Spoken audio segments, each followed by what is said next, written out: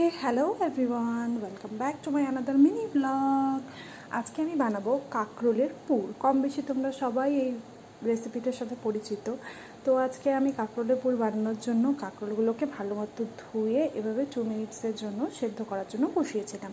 সেদ্ধ হয়ে যাওয়ার পর দেন এটাকে আমি ঠান্ডা করার জন্য আর কি ছেড়ে দিয়েছিলাম। তারপর কাঁকরোলের ভেতরেগুলো যে বীজ আছে সেগুলোকে বের করে নিয়ে সেটাকে পাটায় বেটে নিয়েছিলাম। তার পাশাপাশি আমি নারকেলের গুঁড়োও পাটায় বেটে নিয়েছিলাম, সর্ষা পাটায় বেটে নিয়েছিলাম, সর্ষাটাকে ভিজিয়ে রেখেছিলাম, দেন তিনটাকে পাটায় ভালো করে বেটে কাঁকরোলগুলোর ভেতরে পুর ভরে নিয়েছিলাম।